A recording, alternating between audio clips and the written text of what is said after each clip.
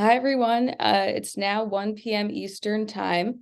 You've joined the Justice and Mental Health Collaboration Program Fieldwide webinar on transforming the criminal justice system with peer support. To allow for additional sign-ins past the hour, we'll be starting the webinar in a few minutes.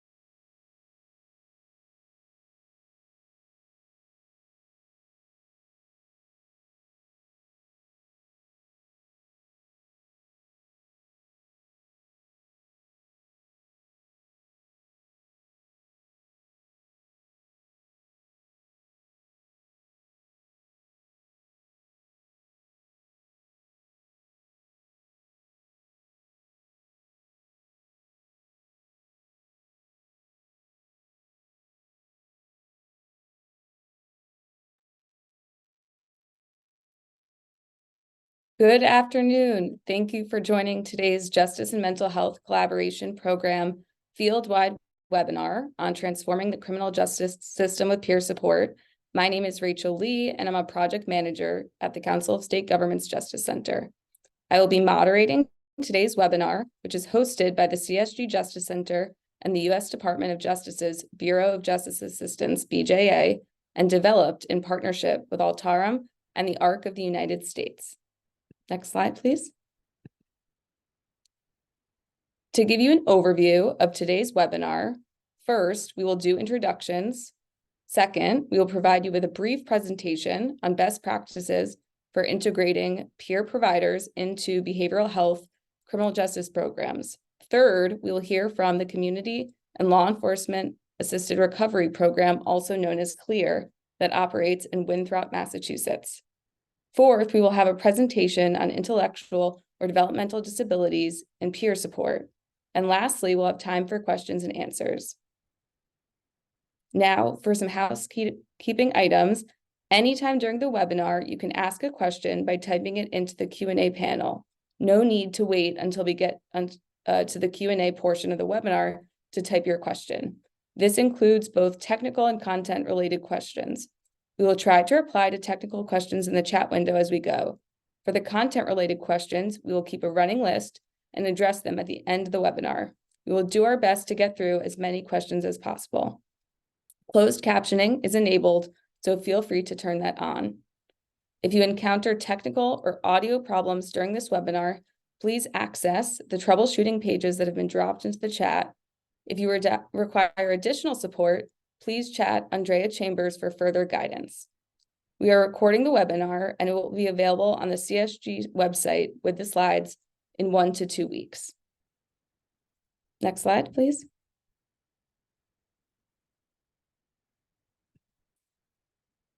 Now for introductions. Lieutenant Sarko Jajarian is a master's level clinician, mental health counselor, and currently works as a police peace officer and as a psychotherapist. He founded one of the first guardianship police models in the country, known as Clear. He is the first working peace officer in the country to earn the Certified Addiction Recovery Coach credential from the Commonwealth of Massachusetts. He also holds the 100-hour certificate from the Multidisciplinary Association of Psychedelic Studies and is a recognized subject matter expert by the federal government of the integration of people with lived experience into public safety and health systems. I myself, Rachel Lee, am a project manager at the CSG Justice Center and provide technical assistance to JMHCP grantees and lead other projects that focus on the intersection of behavioral health and criminal justice. Prior to joining the CSG Justice Center, I worked for C4 Innovations, where I provided project assistance to several recovery-focused SAMHSA initiatives. I also served as a therapist for people with behavioral health disorders in both inpatient and outpatient healthcare settings. Chip McHugh is a peer recovery coach with Winthrop's Clear program. Chip is a person in long-term recovery from drugs and alcohol and has been a certified addictions recovery coach in Massachusetts for 7+ years.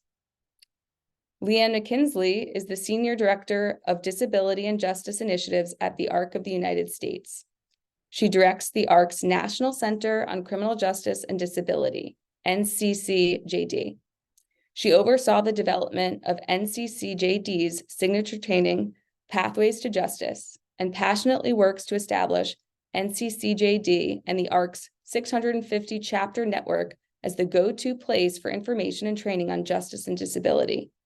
The ARC's subject matter expertise on the topic of justice and IDD, she provides consultation to federal and nonprofit agencies and has provided guidance to White House officials. Her mission is to ensure that people with IDD have a platform and the training they need to advocate for themselves, especially as citizens who are overrepresented in the criminal justice system. Mackenzie Simmons is a project manager for Altarum's Community Health Division. She holds a master's degree in criminology and criminal justice from the University of Memphis. She has worked in the criminal justice field for over 10 years, working with and for law enforcement agencies and individuals involved in the justice system by providing subject matter expertise, training and curriculum development, as well as behavioral health and substance use evaluations. She currently serves as the behavioral health analyst for the Bureau of Justice Assistance's Comprehensive Opioid Stimulant and Substance Use Training and Technical Assistance Center on Peer Recovery Support Services, and she's the project manager for the Substance Abuse and Mental Health Administration's Crisis Systems Response Training and Technical Assistance Center. Mackenzie is also a trained crisis negotiator, serves as a contract training instructor for the Global Anti-Terrorism Association in association with the U.S. Department of State, and additionally serves as a subject matter expert for a government contractor specializing in law enforcement, crisis intervention, and behavioral health. Jordan Smelly is a mental health peer support specialist and a person in long-term recovery from intellectual and developmental differences with co-occurring mental health challenges. Jordan defines his own recovery in relation to the opportunities available to present and educate the community on topics around supporting individuals with IDD. He prioritizes his ability to advocate for himself and others, as well as find robust resources to address ongoing issues that may present. Jordan has created and delivered various presentations and is involved in IDD peer support projects throughout Texas, including the honor of being selected to present at the NAMI Texas 2022 conference this November. Jordan is passionate about ensuring individuals with IDD get peer support services necessary when they are ready to receive them. Next slide, please. Now, a little bit more information on the Council of State Governments Justice Center. The CSG Justice Center is a national nonprofit, nonpartisan organization that combines the power of a membership association serving state officials in all three branches of government with policy and research expertise to develop strategies that increase public safety and strengthen communities. Next slide. We do this work by bringing people together, driving the field forward with original research, building momentum for policy change, and providing expert assistance. Next slide, please. Our goals are to break the cycle of incarceration, advance health, opportunity, and equity, and use data to improve safety and justice. Next slide. The Council of State Governments Justice Center is committed to advancing racial equity internally and through our work with states, local communities, and tribal nations.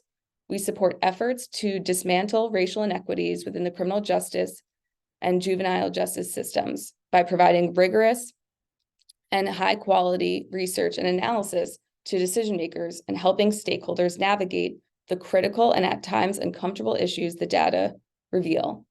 Beyond empirical data, we rely on stakeholder engagement and other measures to advance equity, provide guidance and technical assistance, and improve outcomes across all touch points in the justice, behavioral health, crisis response, and reentry systems. Next slide, please. This webinar was developed through the Justice and Mental Health Collaboration Program, also known as JMHCP. This program promotes innovative cross-system collaboration and provides grants directly to states, local governments, and federally recognized Indian tribes. With that, I'll now turn it over to Mackenzie Simmons from Altarum. Thanks, Rachel. So nice to see everybody today. There's lots of names that I recognize. So wonderful to see you within this platform. For those of you I haven't had chances to interact with, apologies for my voice. I am sick, so I don't normally sound this awful in real life. Sorry that this is the first experience you are getting with me today. But just wanted to take a moment to introduce Altarum, who we are as an organization.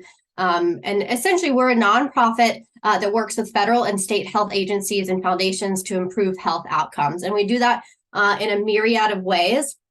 And we work with agencies really across the board on numerous continuums. So if you've seen our work, whether it be in Medicare or within the BJA, Bureau of Justice Assistance side, or within SAMHSA, hopefully you have noticed our work and seen the great job that we try to do, as well as work with folks who often experience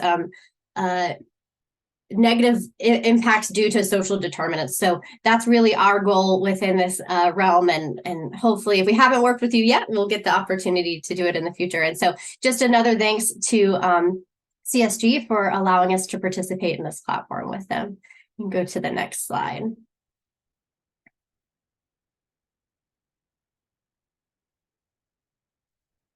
Would you advance the slides? There you go. So just wanted to get a quick disclaimer in terms of defining a peer, right? We know that the work that peers do cannot be put on a piece of paper. So we did our best to kind of create a robust definition, but just know that we notice all the hard work that you all do and know that we cannot define it in a very small series of words. But essentially, a peer is someone who has been successful in their recovery process, who helps others who are experiencing a similar situation. Through shared understanding, respect, and mutual empowerment, peers help individuals become and stay engaged in the recovery process and reduce the likelihood of return to use. So we also know that peers are utilized in a large way and not necessarily within the recovery space, but that's kind of the conversation that we're having today. Peer support services can effectively extend the reach of treatment beyond the clinical setting into the everyday environment of individuals seeking a successful and sustained recovery process. We know that peers are the key to success. Next slide, please. So also, peer recovery specialists do so much more than what's on this page, but one of the things we wanted to highlight is the things that matter so much from what we see as an organization. So providing that advocacy, the navigation within that community, providing a recovery community, offering mentorship, information and resources, right, which is often hard to come by, or kind of navigating your way into accessing those resources, emotional support, trusting relationships, as well as recovery capital. Next slide, please. So just further definition in terms of what peer recovery specialists are or who they are. So it's a person who's progressed and is active in their own recovery, right? And different states and agencies have defining lines in terms of how long that recovery needs to be. And we see it anywhere from 6 months to 2 years to 5 years. And that's really defined within your own organization. Also, a willingness to self-identify and share that knowledge and their experience of recovery. That's I think, one of the big pieces of being a peer. Acting as a role model, listening and learning from individuals that they're serving. So it's not necessarily a teaching relationship. It's a real kind of partnership. Creating an environment that promotes the recovery, working again in partnership with the individual, and promoting trauma-informed care. Next slide, please.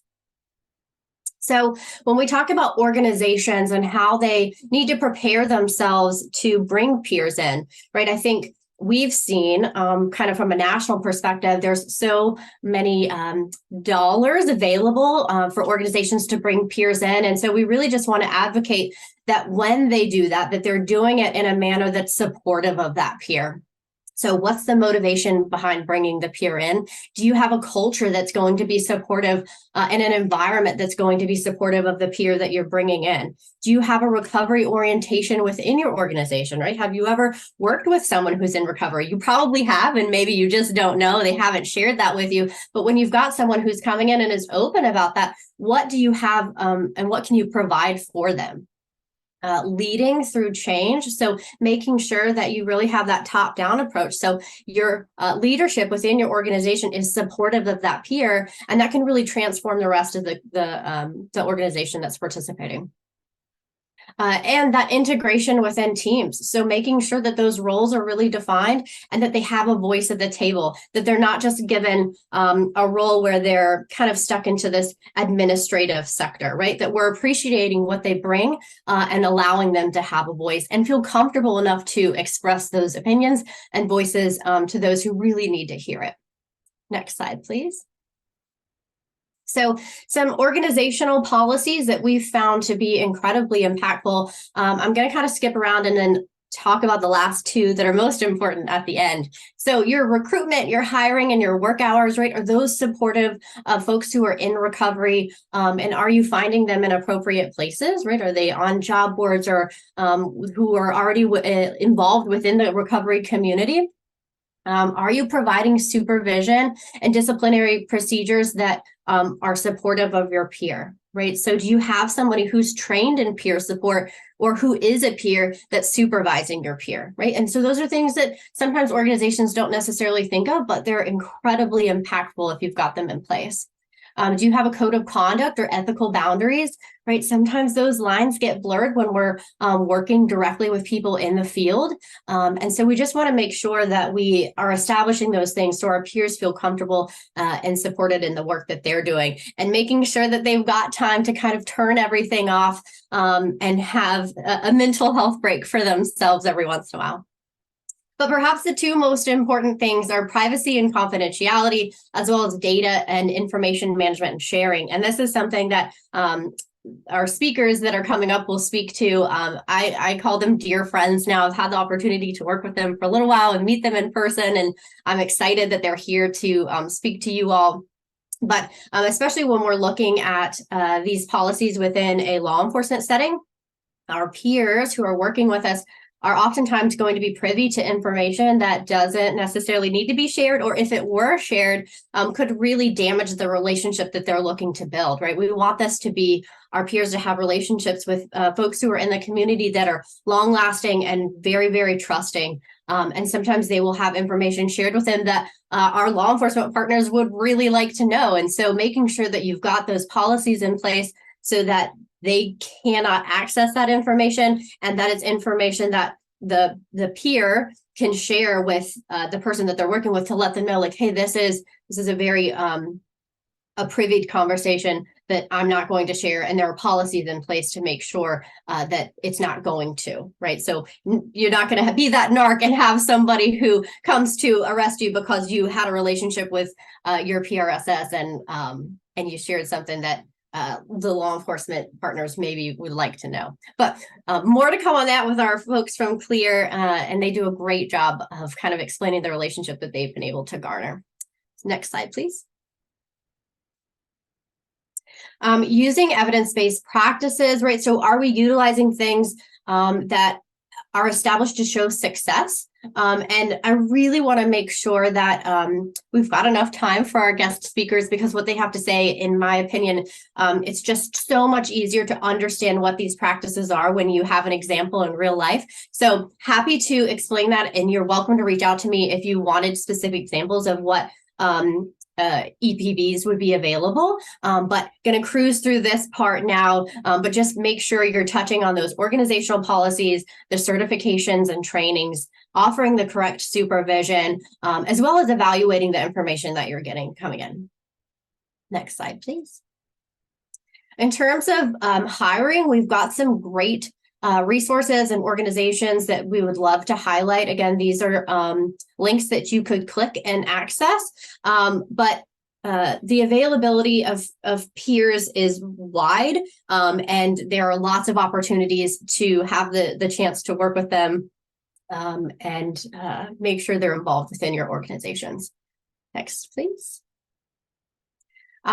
In terms of retention, what we've seen that's been incredibly successful for organizations who have had peers that have stayed on for 5-10 years is providing those clear job descriptions, right? So making sure, again, that your peer isn't going to become your administrative assistant and isn't doing what they came in to allowing them to use this specialized set of skills that they have as someone with lived experience.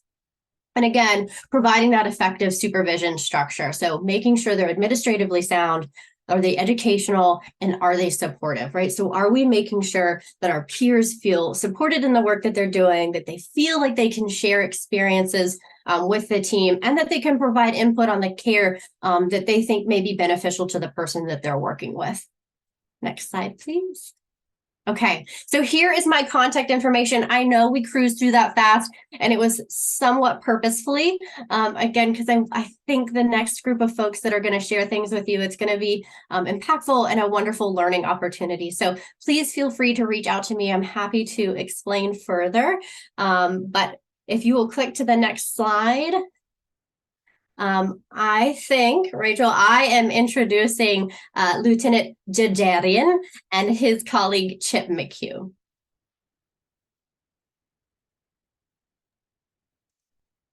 Thank you so much, Mackenzie. And I just want to start off by thanking everybody in attendance today. It means the world to have you here with us.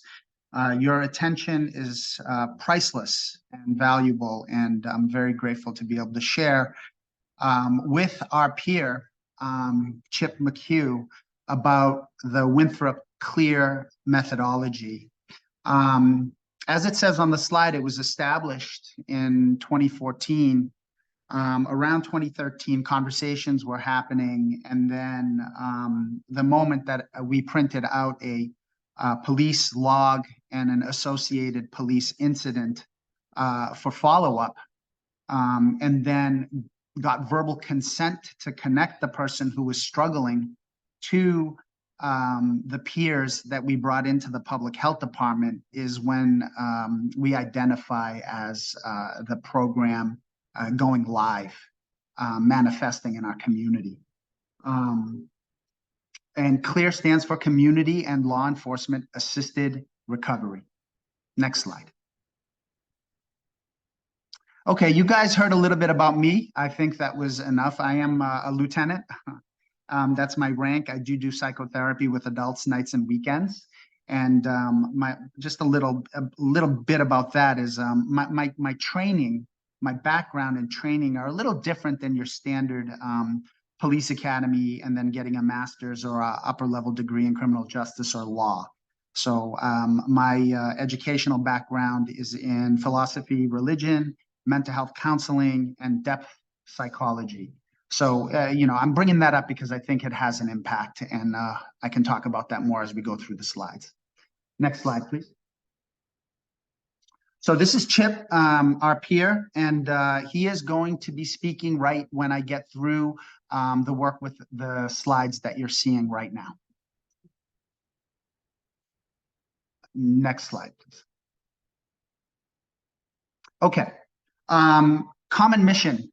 In Winthrop, we decided that public safety is public health and public health is public safety. There's a lot of research speaking to this, and you hear terms like quality of life issues or help with the various domains of wellness, right? There's 8 of them.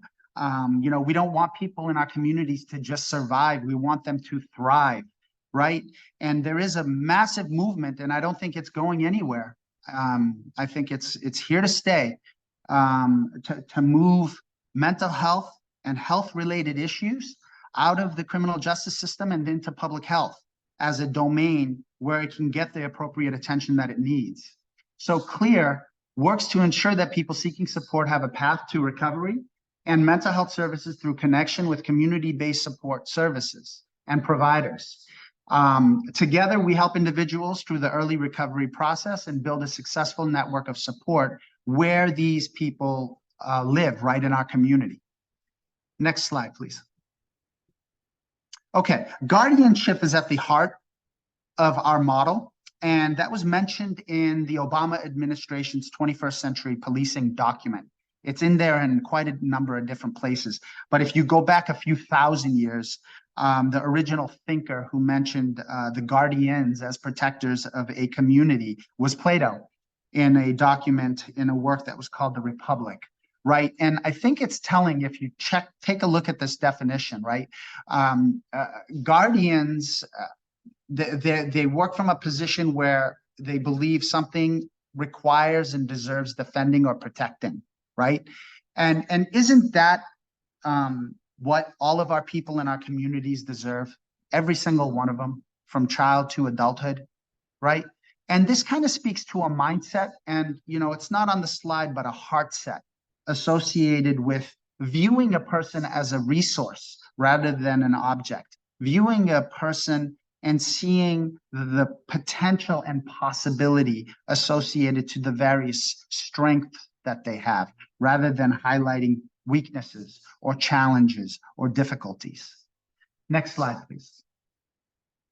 So, real quick story related to this slide. I feel like I ended up under the influence of a moral imperative in Winthrop. When I would come in for my shift, this all started while I was a patrol officer.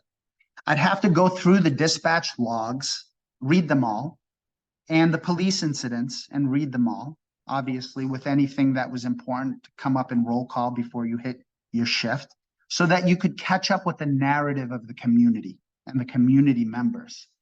As I did this in preparation for a patrol shift, because we work 4 days on, 4 days off, I just started to recognize the fact that our police computer systems in every single police department across the country are chock full of information on human suffering. All kinds of human suffering. Parents call 911 for help with a well-being check on a child that's having a mental health crisis, right? People call 911 asking for help for a myriad of different issues, and the call taker catches terms like depression, anxiety, not taking medicine, not able to get their medicine, argument, family arguments, domestic violence fueled by alcohol. All of this information is in every single police computer system in the country. And traditionally, we're not acting upon them. Traditionally, if a situation doesn't elevate to the level of a crime that can create a case for court, we're not acting on it. And it just got to me, and I decided to ask for a meeting with my police chief. And the question that I proposed to him and a solution idea was, one, what are we doing with this information? He said nothing. And I said, I think that's a problem. And he said, what do you propose we do? I said, let me create a pile of work for me. And while I'm on my patrol shift, let me go and try to find these people and offer them help. See if I can get them to trust me, to open up about their issues. And if they do, offer them help. He said, he has said he didn't think anything was going to come of it. Patrol officer showing up at your door, bulletproof vest, radio, police cruiser, asking to have a conversation about your problems. He didn't think anything was going to come of it. But lo and behold, with the right heart and mindset, I think anybody can develop trust. And once you have trust, people will open up to you. And we had a good problem. People were saying, yes, I need help to me. And that's where we decided to connect with our public health department. So, moral imperative, you have something that needs action. You just have to do it because it's the right thing to do. Next slide, please. So, during the opioid epidemic, a lot of police departments came up with, Narcan policies or naloxone policies, and the police accepted Narcan as a part of their gear. We show up to calls pretty quickly, and we can dispatch Narcan and save somebody's life. So thankfully, more and more police departments have stepped up to the plate and accepted Narcan as part of their duty belt gear, right? But I wondered, like, Narcan, now what? Right? We succeeded on keeping a person alive. Now what? We done? I'd say we're not done. I'd say if we approach that situation as if we're done, we have an open service loop. And I think that we need to close that service loop. I think it's incumbent upon our officers to go back to that house, to that family, to that person, and offer them a helping hand and connect them to people with lived experience. In Massachusetts, recovery coaches or social workers or mental health counselors, resource navigators or domestic violence caseworkers, right? So my chief said we need a police policy. And this speaks to one of the points that Mackenzie brought up, which was in our policy, we put a wall between the Clear team and the detectives. In the policy, it says verbatim that the detectives cannot come to the Clear team members, which included other police officers, and gather information for any cases for court. So we're going to touch upon who is on this team and what we do next. Next slide, please. This is an example of the original team, actually a little bit further forward than the original team, but in this picture, I believe I'm at the rank of sergeant. Next to me is Meredith Hurley, the Director of Public Health, who unfortunately wasn't able to join us today. Next to her is Jane Rupp.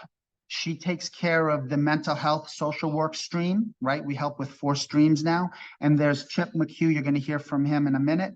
He's the recovery coach that helps with wellness plans, immediate next action steps that people think they need to do for themselves. Next slide, please. So right when our police department partnered with our public health department, and I was able to start working matters for public health rather than cases for court, we ended up with 2 departments and 1 multidisciplinary team. I ended up being afforded the opportunity to take all the recovery coach coursework and became a recovery coach myself in the Commonwealth. A recognition for a 4th professional development path for police officers happened, which is outside of the path that goes further into criminal justice or that goes further into law, right? This is a different path, right? This is coaching. This is street level coaching. And that is actually a curriculum driven path. And on our team, the Director of Public Health is a nurse. After we brought in the people with lived experience, our recovery coaches, we brought in a mental health professional to take care of the social work stream. We now currently have a resource navigator who helps with that stream and a domestic violence case worker who helps with that stream as well. We cross-train all the time whenever we can, and we sit close in proximity. We're all in the public health department on 1 floor, right next to one another. I have the police computer systems with me here, and I'm continually working through the logs and police incidents to create matters for public health. Next slide, please. We built in supervision right from the get-go. Another point Mackenzie brought up as a best practice, it's really important to not have your workers feel like they're stuck on an island and to not have clear job roles that they understand, right? So, you know, at the time, we had people with lived experience who didn't even have the recovery coach credential yet. Massachusetts hadn't formalized that credential yet, but we knew that they needed some type of specialized supervision. That's quite different than your standard supervision in a standard employment environment that doesn't have a recovery orientation. So we contracted out. We made a memorandum of understanding with our local hospital, a big hospital, to supervise our mental health professional because she needed specialized supervision as well. Obviously, myself at the rank of lieutenant, I have my supervisors above me. There's a chain of command and seniority and rank that I'm connected to that I can turn to. And our public health director has her supervision. So everybody knows who they can go to for supervision and guidance. It's outlined. Next slide, please. I bring this picture up. I think it's really important to know that the IACP One Mind campaign was a wonderful springboard for us. It was an inspiration. It suggests that police departments get crisis intervention training, which is a week-long training, 40 hours, as well as mental health first aid training, which is a one-day training, 8 hours. And our department decided to have every officer do CIT and mental health first aid. It's really important to seed ideas that are evidence-based into officers so that you can get the behavioral and cultural change that you're looking for in time. This stuff happens slowly. There's resistance to change. It's understandable. It's a part of human nature to resist change and to not be comfortable with unfamiliarity, especially in police culture. So putting the right material in front of the officers is really important. And the IACP One Mind campaign helps do that. And we became One Mind Pledge compliant rather early on. Next slide, please. And here are some of the components that I touched upon that's required to become One Mind Pledge compliant. CIT training for a certain percentage of the officers, mental health first aid training. I plug in Blue Courage and Resiliency Advantage because they're wonderful courses that help with officer resiliency and well-being, which is another one of the pillars mentioned in the Obama administration's 21st Century Policing document. We want our officers to be well-rested. We want our officers to see mental health challenges for what they are, health issues that people need help with, not moral failings, and not necessarily crimes, right? Crimes are violence that is done against another or another person's property. Everything else is something else, right? That needs nuanced attention and trauma-informed attention. But you might want to look these courses up. They're fabulous. Next slide, please. Allies and champions. We start off with our chief. You know, like I said, I want to highlight something about the story here. You know, I went into his office as a patrol officer with an outside of the box idea. As you can imagine, I could have been told to, you know, hit the pavement and head out, right? Or you know, with his thinking around the fact that he believed nobody was going to open up to me, he could have shut it down, right? That's a valid thought, but he didn't. He said, you know what? Let this kid experiment. We'll figure something out. You know, if we're truly in something that's been identified as a syndemic, multiple epidemics at the same time, then we need courageous leaders to allow experimentation that has evidence support. Maybe it doesn't have full evidence base, right? It takes time and money and researchers for a full-fledged evidence base. But if it's evidence-supported ideas, why aren't we experimenting, right? If we're in the middle of an epidemic, we're morally on the hook to experiment, right? So luckily, we found an ally and a champion in our chief. And the director of public health at the time, she did a radical thing. She said, look, we really don't know how to help with this opioid epidemic. I want to turn to people with lived experience, right? What a thought. I'd say that was courageous. And because we kept rudimentary data, we were able to get our peers hired by the town on the town dime. This speaks to the importance of collecting data appropriately, safely, confidentially, right? Because that's the way you're going to be able to get permanent funding. We want these programs to root deep and stay and outlast all of us, right? We're not always going to be in the positions that we're in and have the influence that we have. But our children and our teenagers and our adults that are struggling need this. Next slide, please. So partners across the board, you know, we touched base with the directors at all these organizations. And we said, listen, if you have our people in your system, touch base with us. Let us come in and start talking to the people while they're in the system.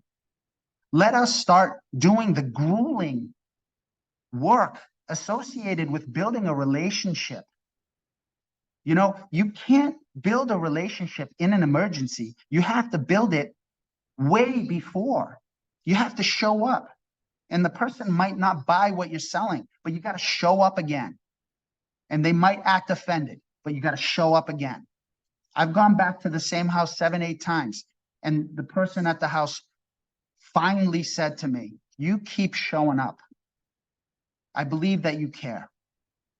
That was an 8th time, 9th time house visit. You know, we get so hung up on how quick something's working. Well, human quality of life doesn't work that way.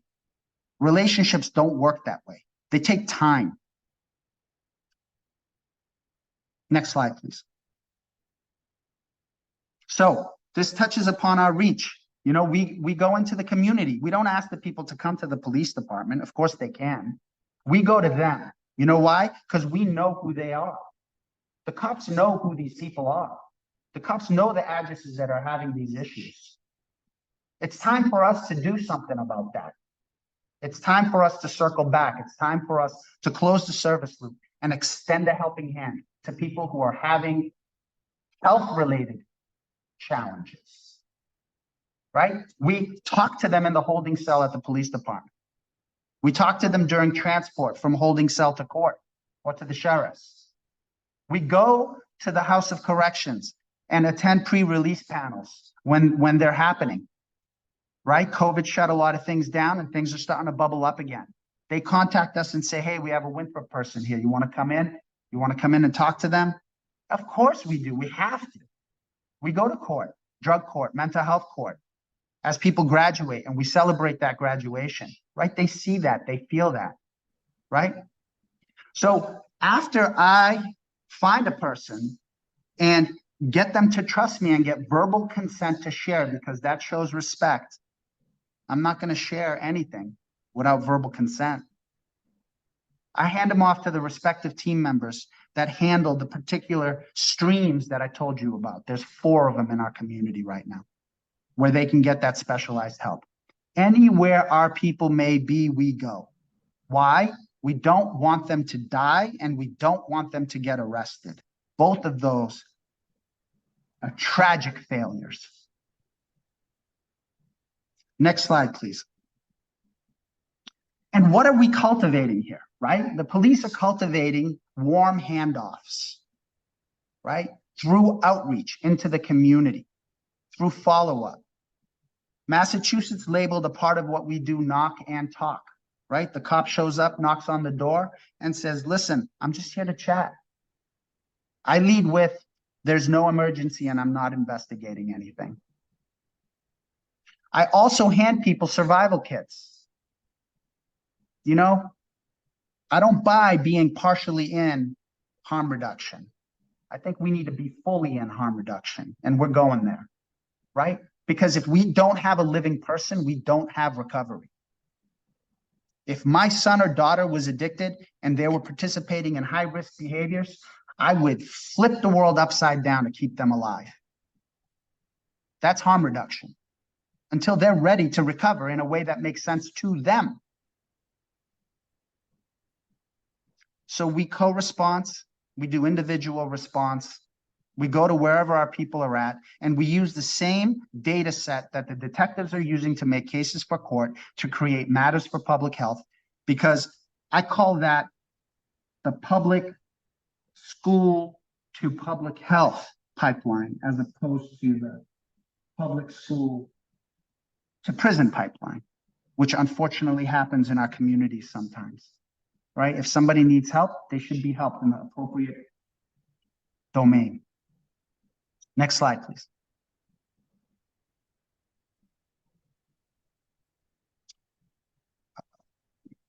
So I'm highlighting the yes here. That's the verbal consent to share and connect.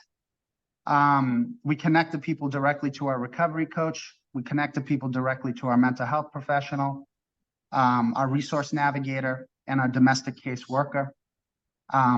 No insurance needed, no surprise fees, no bills, and no one is stuck in a program that's going to hound them. Next slide, please. So this is the last slide I want to talk about before I switch over and Chip jumps in. At the time when somebody way better at numbers than I took a look, if we found the person, 70% of them said yes, right? Because we know they're struggling. We have that info, right? The police logs and the police incidents, we know they're struggling, right? Stylistically, it's upon us to get them to trust us and open up, use a little motivational interviewing, be aware of stages of change and matching, you know, where the person's at with the words you're using, and get them to trust you and give you that consent. On average, at the time, again, we would have 10 warm referrals a month. It's about 2 yeses a week. At this point, it's probably in the thousands. At the time, hundreds of people found and connected to the team. This is an interesting slide. With a little bit of digging, the same person came up with this $5,000 mark. Every emergency call requiring police, fire, and ambulance to show up and transport that is prevented saves somewhere around $5,000. And since the beginning of the pandemic, so you know when this data came from, we were at over 30 survival kits provided. And what that means is if somebody needs Narcan, I was getting it to them. If somebody needed fentanyl test strips, I was getting it to them. I'd mail it to them. I'd toss it to them on the porch, but I would get it to them because we don't want them to die, right? Life first. And Chip, I'm going to open the floor up to you, my brother. Thank you, Sacco. Hello, everybody. My name is Chip, and I'm a person in long-term recovery, as has been alluded to. I've been a peer recovery coach for the Winthrop Clear program since 2015. I just want you to imagine for a moment, if you would, the passion that Lieutenant Jajarian has. Imagine 10 of us in a room. The whole team is filled with the same passion that Sacco has, and it's an amazing thing to come to work every day.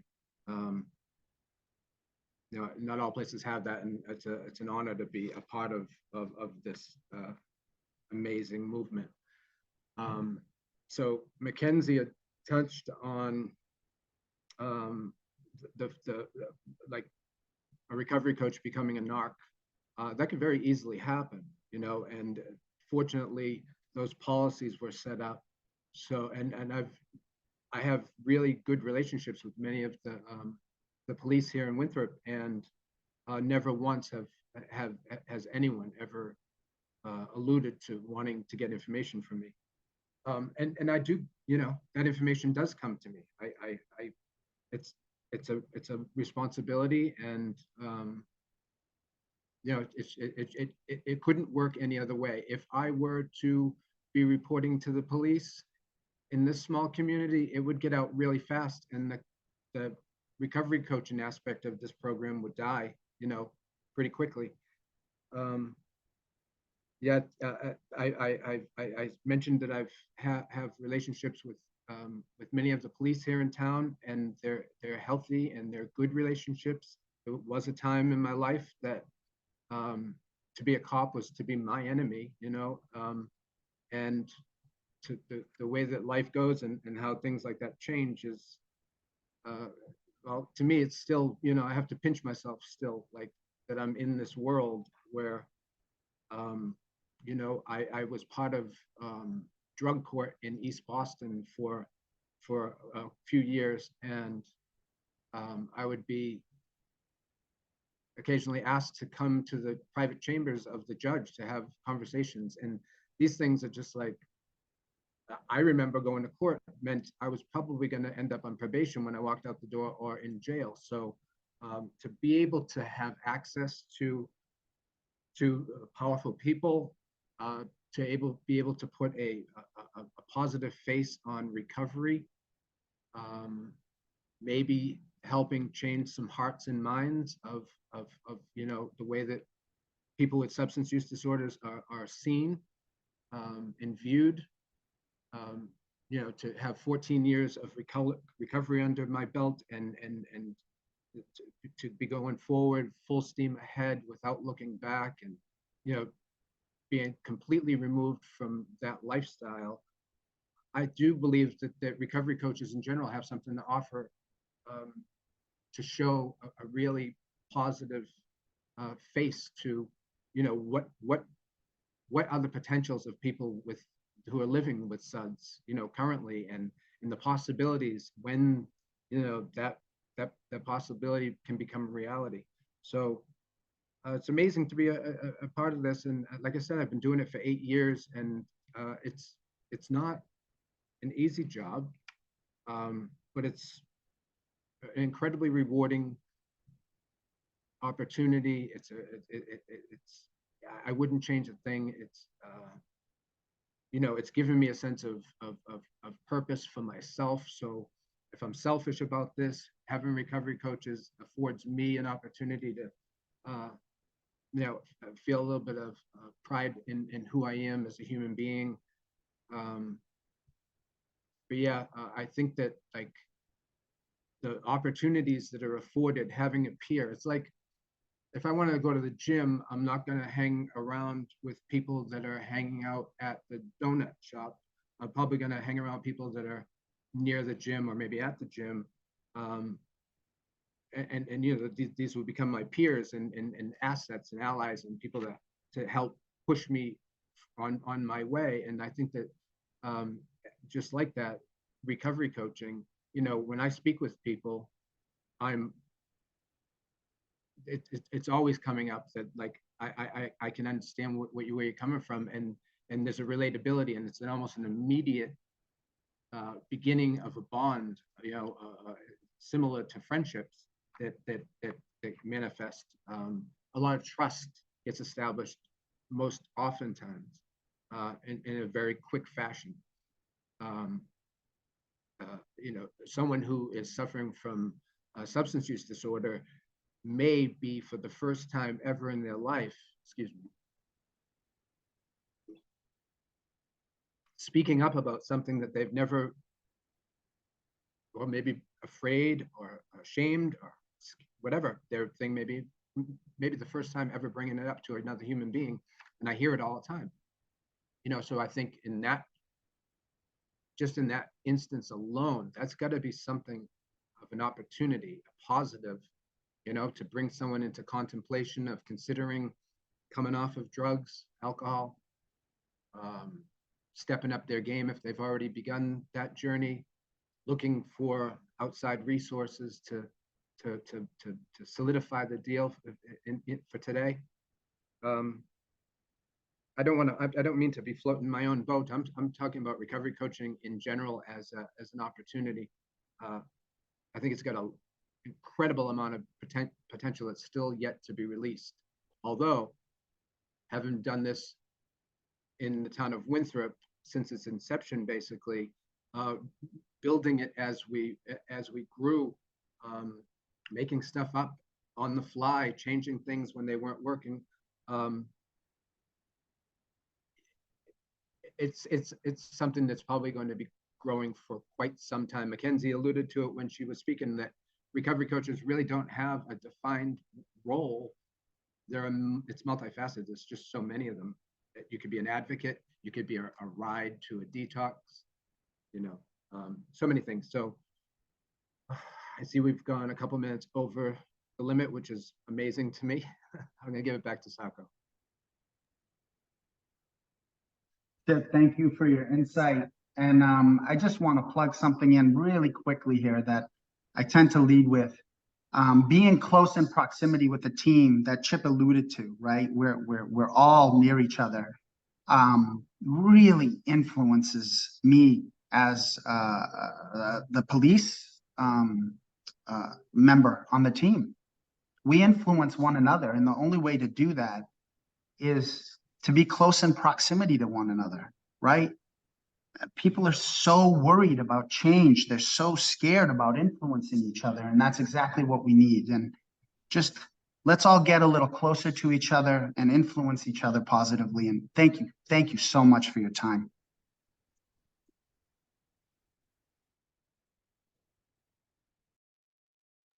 And I think I'm turning it over to Rachel.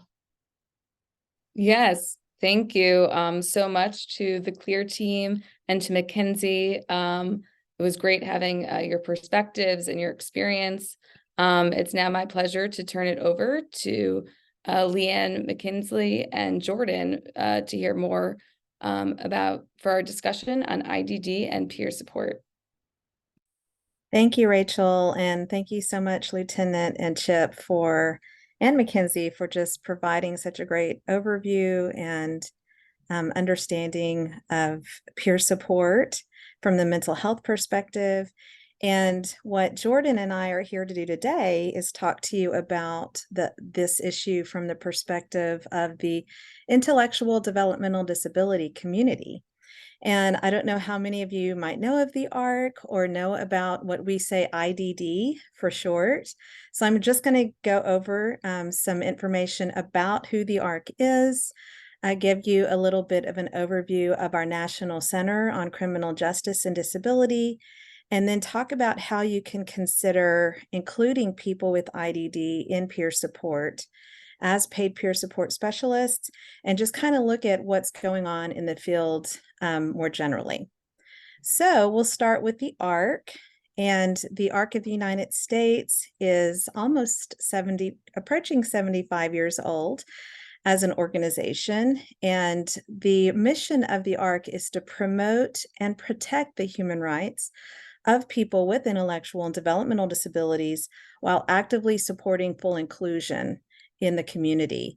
And so you can imagine when it comes to criminal justice issues, we want to make sure that when inclusion does happen, that it's safe for all people with disabilities, and that law enforcement have the training they need, as well as legal professionals, victim advocates, anyone in the criminal justice space, that they have the tools they need to ensure that safety. And we are the largest organization in the U.S. that serves people with IDD, with 600 plus chapters throughout the country. And we focus on policy, program, and legal advocacy. Next slide. What we have is the National Center on Criminal Justice and Disability. And this actually got started 10 years ago when we sought funding through the Bureau of Justice Assistance, which is within the Department of Justice, to create a national center that would allow us the opportunity to really focus on people with IDD specifically who get involved in the system. And that includes people who are either victims of crime or suspect defendants, or perhaps they're in the jails or in our prisons. So we wanted to provide a space to have a really healthy discussion, to collect data, to be able to provide trainings specifically on this topic. And so what we do through the center is provide training and technical assistance. Our key training product is called Pathways to Justice. And I will put that in the chat right now so that you can take a look at that. And that training is for law enforcement, victim advocates, and legal professionals to help them understand what to do when they're encountering people with IDD. And that has been very popular in terms of being able to have a community response to these issues. And that includes people with IDD as co-trainers through the training. So we go in working with the community to create a multidisciplinary team to really address some of these issues head on. And then we provide nationwide information referral. We get calls from family members, people with disabilities, law enforcement, attorneys, anyone seeking support for someone who's in the system, or just wanting to know maybe as a prevention what to do to be prepared. We do a number of different resources through policy briefs, fact sheets, and other publications. And we really just try to bring this issue to the general public to really understand better what are some of the challenges people with IDD are facing in the criminal justice system, and how can we address that not only through training, but through a community-based response. All right, next slide. So I don't know if you have a good understanding of what intellectual and developmental disability is. I will confess that when I started out at the ARC 27 years ago, doing this work at the intersection of people with IDD in the criminal justice system, my background was in social work and public administration and looking at issues around prison and jail overcrowding. And I had not encountered people with IDD or really understanding this field yet. So it was a learning curve for me 27 years ago, but I can tell you that when I discovered just how unseen this population was, that's when I immediately became hooked and realized we have to do so much more to really help our society understand just how often people with IDD are getting involved in the criminal justice system. We have data both from the National Crime Victim Survey that shows just how much more often they're likely to be crime victims, as well as the Bureau of Justice Statistics provide data about how much more likely someone with an IDD gets involved in the criminal justice system. So all of that is really important to know as to the why it's important to train on these issues and to really help create avenues for peer support in this area as well. But this is a kind of the key definitions that are through our laws that explain what developmental disability and intellectual disability is. So developmental disability is looking at a group of conditions due to an impairment in physical, learning, language, or behavior areas.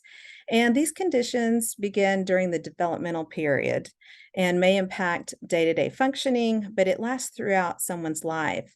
So, the key difference between IDD and mental health disability is that developmental disabilities or intellectual disabilities are lifelong, and there is no, quote, cure for having this type of a disability.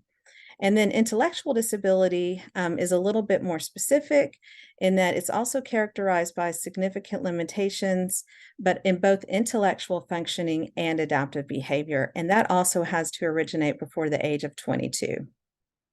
Next slide. So I wanted to give some examples of peer support in the IDD community. So we see peer mentors helping other people with IDD developing their own goals, creating strategies for self-determination, taking concrete steps toward building their own lives that they want to see happen. So in the world or in the community of intellectual developmental disabilities, we've talked about keywords and we've researched areas like self-determination and how important it is to start early to help people with IDD know that they can live self-determined lives. And so what we're doing now is we're seeing that we want to bring peer support into that role to help encourage other people with IDD to live their dreams, to know what it is that they want to do, to dream higher if they want to, and really have more of an opportunity to be self-determined in everything that they do. And there's a couple of examples I have listed here. There is a program in Texas called Training for Transformation. And this is a program that's actually designed to be run by peers, for peers, creating a space to really share their thoughts, their feelings, frustrations, successes. And they've created a curriculum so that peers can create this in their own areas and in their own communities. We also have another one in Texas that I will actually let Jordan speak to in a second. And then I know that we have talked about Massachusetts since we have speakers on today from Massachusetts. So I wanted to just briefly mention that there's a Massachusetts Disabled Persons Protection Commission, and they have developed what's called the National Peer Support Network. And we've been working with them on another project, but the goal of that is to help give people with IDD tools that they need to help survivors of sexual violence. So we see peer support really kind of blossoming in specific areas that people need, such as sexual violence. And the reason that one is so important is because we know that people with intellectual disabilities specifically are 7 times more likely to experience sexual violence compared to people without disabilities. So we're honing in on areas where peer support is really, really needed in specific advocacy places. All right, let's go to the next slide.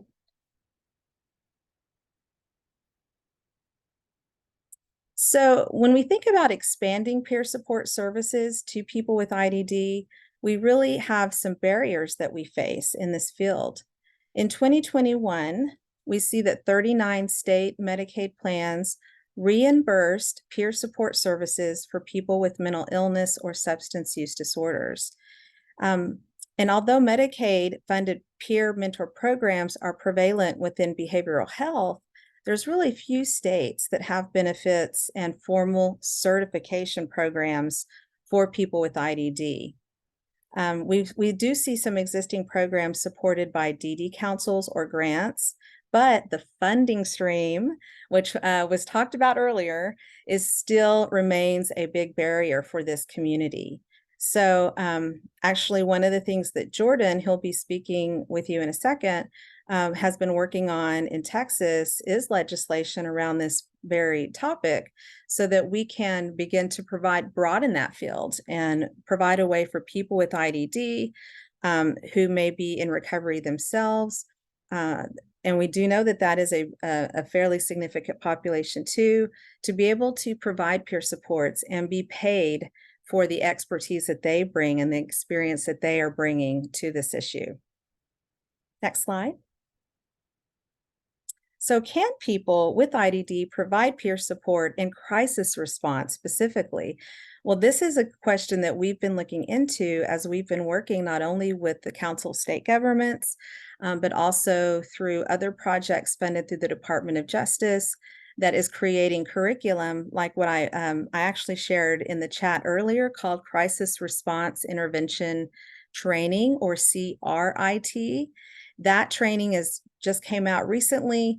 It's including more information about IDD within what's a typical CIT training. So that is now available. One of the things that we're trying to do is bring people with IDD into that training, not only as folks who may be on panels speaking about their own experience, but also people who are getting some training in order to be co-trainers in that process. And we don't really have specific examples yet of how people with IDD are in, say, for example, co-response models. But we are looking at potential ways of doing that and learning from behavioral health, learning from the mental health field on how would we begin to go about doing that. And as I said before, there's no billing structure for people with IDD and peer supports, so that continues to be a challenge. Typically, people with IDD can become a peer support specialist only if they have a co-occurring disability of a mental health disability, or also what's called a dual diagnosis. And again, there's no certification process for people with IDD in this area. So we need a standardized and sustainable model of supporting people with IDD in peer support specialist and other crisis response roles as well. And by the way, if you are listening to this and you do know of anything similar or something that's going on in your area, we would love to hear about it, as Jordan and I are working on this not only within Texas, but nationally, in looking at possible models that we can have a better understanding of what is going on and how we can start building this out. So now I'd like to introduce you to Jordan. Jordan and I have had the opportunity to work together on a couple of other webinars. I should say, Jordan, that we are both Texans. I work for the ARC of the United States, which is in Washington, D.C., but I live in Texas. The ARC used to be in Texas when I was originally hired. So Jordan and I both have a similar passion in this area of ensuring that we are able to bring people with IDD much more into peer support. So Jordan, can I just ask you a few questions as so everyone can get an idea of your journey in this area? Yes. So can you tell us a little bit about how you became a peer support specialist?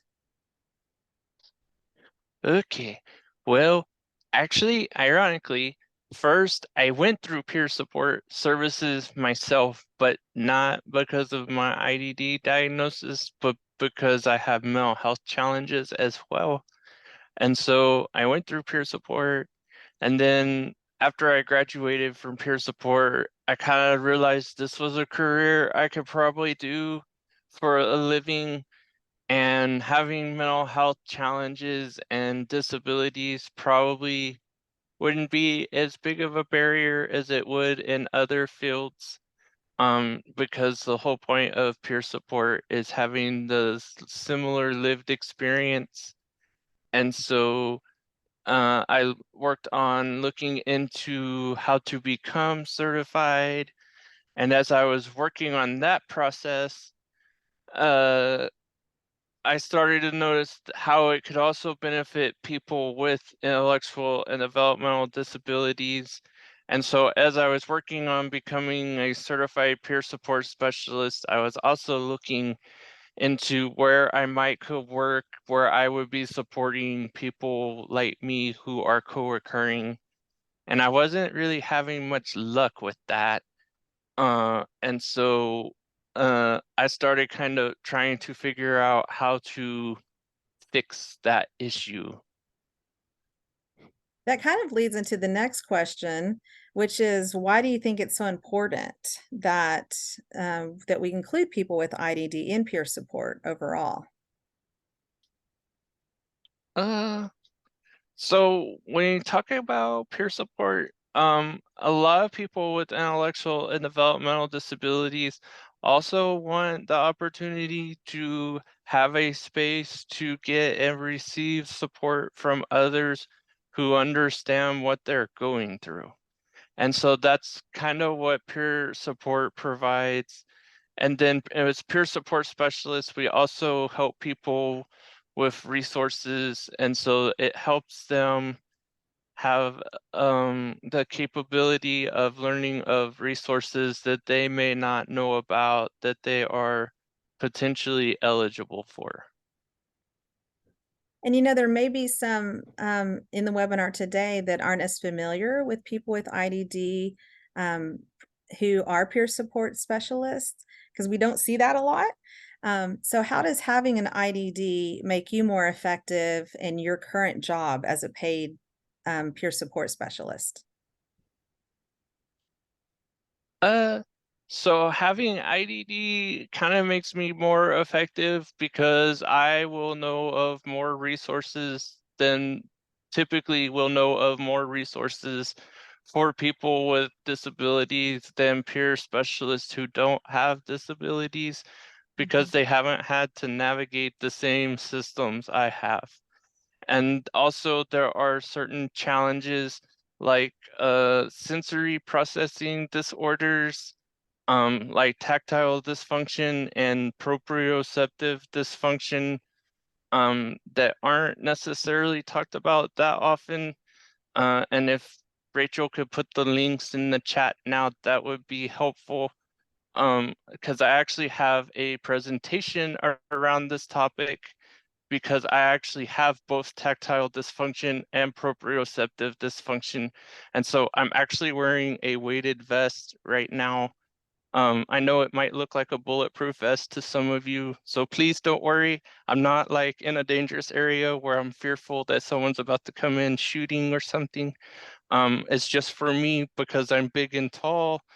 They don't make what you would associate as a typical weighted vest, like the vests people wear over shirts. That kind of like maybe go to right here. They don't make those in my size. So I bought one from Academy that's used for weight training, but it does the same thing and it helps with my anxiety. Thanks, Jordan. And I love how you were able to troubleshoot that and be able to find something that works for you. But it's a great example of how even a simple accommodation can help people with disabilities feel much more comfortable in their roles, whether they're speaking on a webinar, providing peer support, or whatever. Those accommodations are so important. So I know you and I've talked about this before, and I'm sorry, I forgot to say to advance the slide, so you can go to the next slide. We do have the questions up if others want to follow along, and the next slide. There we go. So what challenges can people with IDD face in trying to become a paid peer support specialist? Okay, Uh, well, if they don't have mental health or substance use diagnosis, then it's going to be extremely difficult right now with the way things are in Texas, because with the Medicaid billable certification, you have to have the lived experience with mental health or substance use. And so if you don't have that, then you can't become a certified peer specialist. So then that leaves the independent living centers, which there are, I want to say 23 throughout the state. Reach of Dallas is one of them, Reach of Plano, Reach of Fort Worth, and Reach of Denton are all the same company, but they have 4 branches. And I actually interned at Reach of Plano, and they offer something similar to peer support. So, you know, it's just a lot of barriers right now.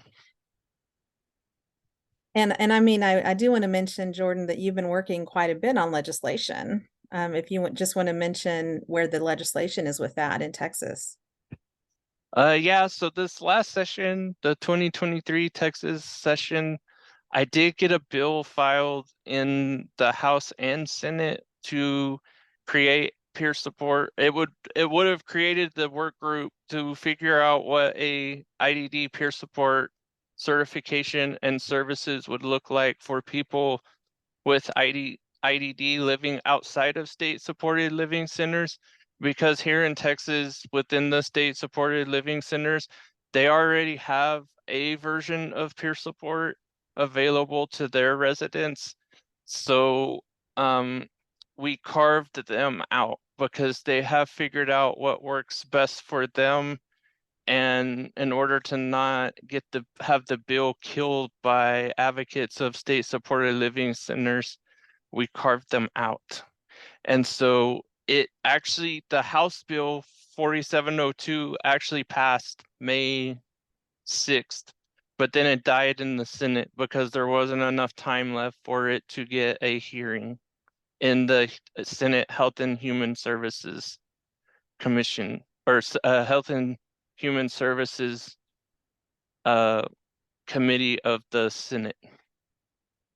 Well, as we get more say support around legislation like this, we will hopefully have more opportunity for people with IDD to be peer support specialist. And my question to you is, how do you think they could be integrated into crisis response?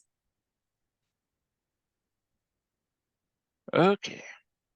So using people with IDD as peer specialists in crisis response, it kind of depends on their background. Because the last thing you really want to do is traumatize someone. And so there might be some instances where peer specialists with IDD, they still support with crisis, but they may meet with the person in office or at the hospital rather than on scene. Because, you know, there are some people that are very sensitive to certain types of things. And so the last thing you want to do is have like a IDD peer support specialist come to the scene and like be very sensitive to the sight of blood, and there'd be like blood all over the scene, and then they pass out on you, and then they're not able to offer the support that they were there to offer in the first place. So, I mean, similar to the current certification program, which you've been through as a peer support specialist, I think one of the things we talk about is just making sure that the right accommodations are provided, right? As for someone going through that, peer support specialist certification process, were all the accommodations there for you with regard to your intellectual developmental disability? As far as throughout the certification process, yes. So that's important for people just to make sure that that is available, because I'm not sure that throughout the country that's always available to everyone. So my last question for you, Jordan, is if you could become part of a crisis response team, and not necessarily, it could be someone that actually goes out on calls, or it could be someone connecting people to services they need. Was that something that you might want to be interested in at some point? I'm always open to trying new things. So I wouldn't mind so long as I had the support I needed. And what kind of support do you think that that might be? Well, if it's a new experience to me and I have no background in what they're going through, I might need support from someone who's kind of been in that person's shoes so that I can kind of learn from them, or maybe do a warm handoff if needed. I'm not that great at climbing stairs because I also wear leg braces. And so if I was to go out in the scene, it would have to be a single story location unless there is an elevator that is operational. Well, that's a But good other than that, That's a yeah, good point, but because there's different ways that people can be involved in crisis response. And I'm thinking of even working with dispatch as one other possibility of knowing how to talk to people with IDD or people with autism, for example. So there's a lot of different possibilities there. But I thank you so much for continuing to work with me on this issue, and that we can continue kind of bring that education to a larger audience like we are today. And then the next slide just gives the contact information for anyone interested in talking to Jordan or myself about the topic. And then our just the links to NCCJD and our Pathways to Justice training. Rachel, I'll hand it back over to you. Thank you both so much. Learned a lot myself about IDD and peer support. It sounds like Jordan, you're already making a lot of headway, but sounds like there's also a lot to be done and explored. So thank you. Just as a reminder, you can put your questions into the Q&A box that you should see at the bottom right hand of your screen. We've also already had some good questions come in. So I'll start with the first one. I'll pose this to Chip and also Jordan, both who have gone through different certification processes to become both a peer specialist and a recovery coach in 2 different states. People are asking about sort of what is the training or the requirements that are necessary to become certified. Also just mentioning that sometimes it can be expensive, the trainings. So do you know of any grants or ways to get the training for free? So I myself do not know of any grants, but I can say that I was hired before I took the trainings, and the trainings were paid by the town of Winthrop.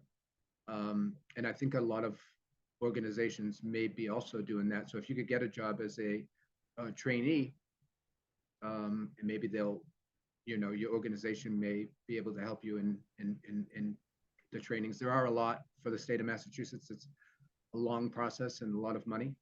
And like I said, the town took care of it for me. So it depends. Because in a lot of states, you have to have the required lived experience. So if you don't have it, and some states will say you can be a family member.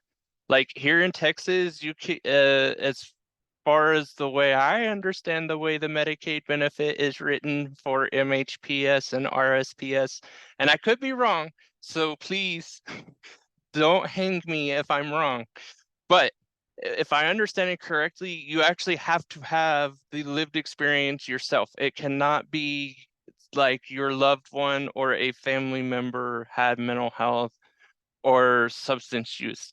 That's actually a family partner, which is similar to peer support, but a little bit different because they're supporting typically the parents of the individual, because it's usually a service offered to youth, at least here in Texas. As far as a funding source, if you have disabilities, even including mental health or substance use, you can go to your state's vocational rehabilitation program, and that if you are eligible for services, they will actually pay for your training, so long as that's what you are wanting to become for a career. So that's kind of what I know around that topic. Thank you. Those are excellent answers. I also put in a link to a resource from the Copeland Center. It keeps a running list of different requirements for certifications in different states. So you can also check that out to get some information as well. We've also received the question, I'm not sure if McKinsey or maybe Lieutenant would like to answer this, about as you've worked in the criminal justice system, have you seen an increase in mental health issues, or has this been, or have they, have folks had them all along that are involved in the criminal justice system, and maybe we just haven't heard about it? Any thoughts to that question posed? Mackenzie, you mind if I start? Okay, sure. So I think mental health challenges and struggles, just like physical health challenges and struggles, just come along with being human. I think that's been around for a very long time. We've just decided to start paying attention to it in a nuanced way now. That being said, anecdotally, right, I'm not speaking as if I've done a deep dive into the data here, but just from my log reviews and police incident reviews, I think we've seen an increase in mental health challenges and calls for service related to them. In particular, people turning to substances, legal and illegal. Alcohol is one of them that's driving a lot of family dynamics issues and domestic violence challenges. So yeah, I think mental health challenges have been around. I think we're seeing them now and catching them now because we're looking in a certain way, and it's about time that we did that. But there is an uptick. I think there is an uptick.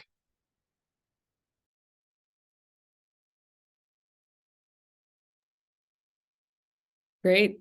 Thank you so much. And then I think we have time for maybe one or two more questions to Lieutenant and/or Chip. What metrics does the Clear program track to sort of see the effect that it's having on the people that it serves, and who tracks this data? Chip, you want me to start? Okay. Yeah, so I like to explain it like this. There's four things we can easily catch, right?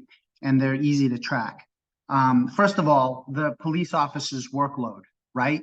I get to print out the police log and the police incident and create a follow-up pile. I get to create work. Each one of those is a tangible data point, right? I'm going to try to follow up and find this person that's indicated in the documentation. Now is the next set. If I find them, was I able to get the yes, right? Was I able to get the yes? Did I get a no? Did I not find them? And was it in a neighboring community, right? Those are rather basic data points that you can capture that can show workload, right? You want to get more sophisticated with the yeses. Who did I hand them to, right? I handed the yes to Chip, to Jane, to Zoraida, or to Lee, right? The 4 streams that I told you about. That's a trackable data point. You can build a 3-month follow-up, 6-month follow-up, 1-year follow-up if you want, and you can capture in an Excel document to start. But right now we've brought in a case management system into the public health department that's HIPAA compliant and secure. So just, that's some of the ideas around that. Chip, you have anything? No, I think you covered it all, Sakura. Thank you. Okay, wonderful. Well, thank you so much to our presenters for bringing this important issue to life. And thank you so much to Andrea for her tech support, and just to everyone who's been listening for your thoughtful questions and your input in the chat. We hope to see you at another webinar soon. Thank you so much.